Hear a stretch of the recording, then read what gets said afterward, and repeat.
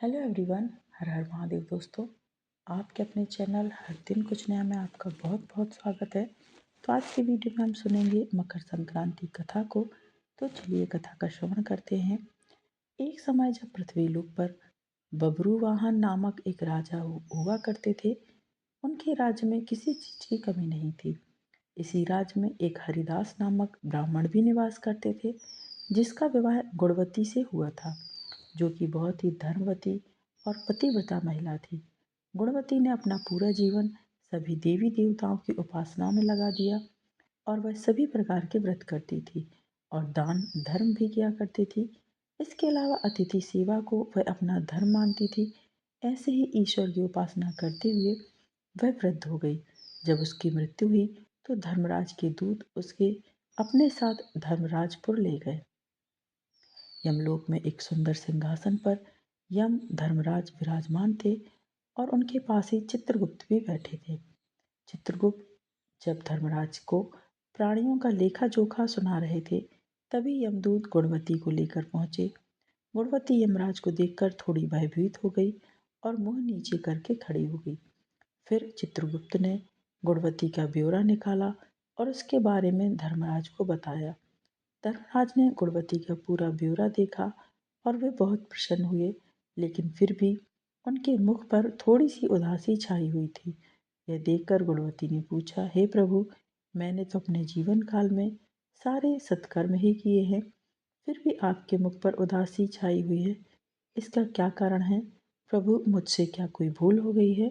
सो मुझे बताइए। धर्मराज ने कहा, हे देवी, तुमने सभी देवी देवताओं के व्रत किए हैं, उपासना की है, लेकिन कभी भी तुमने मेरे नाम से कुछ पूजा या पाठ या दान नहीं किया है।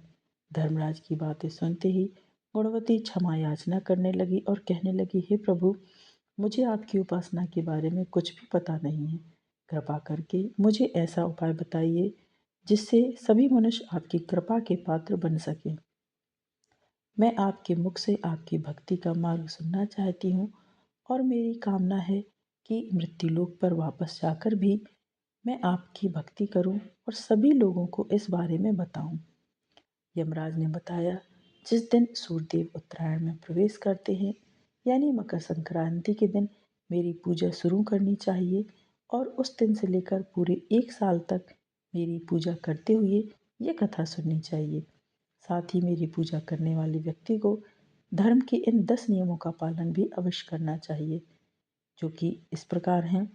धीरज रखना यानी कि संतुष्ट रहना, सभी को क्षमा करना, अपने मन को वश में रखना, किसी प्रकार का दुष्कर्म नहीं करना, मानसिक और शारीरिक शुद्धि का ध्यान रखना, अपनी इंद्रियों को वश में रखना, बुरे विचारों को अपने मन में ना लाने देना, पूजा पाठ और दान पुण्य करना, व्रत करना और व्रत की कहानी सुनना, सच बोलना और सभी से अच्छा व सच्चा व्यवहार करना और क्रोध ना करना।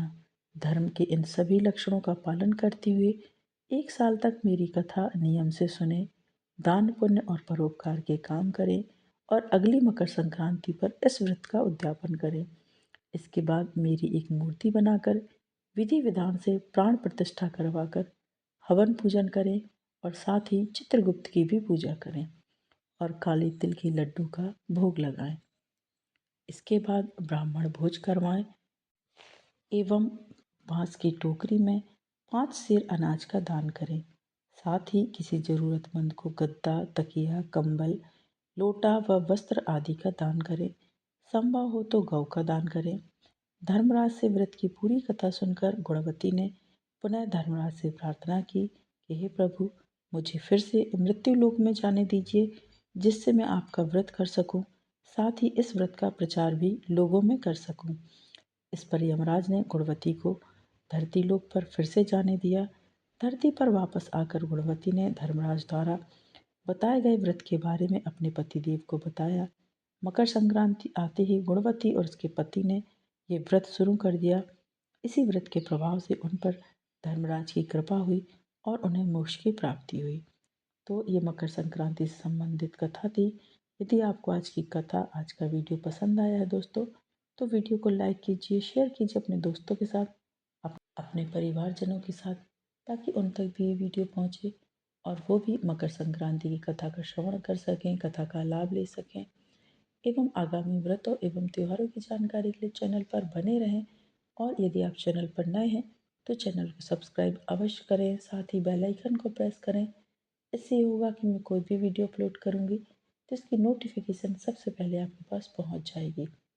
मिलते हैं नेक्स्ट वीडियो में दोस्तों। हर हर महादेव, श्रीमन नारायण, जय माँ लक्ष्मी।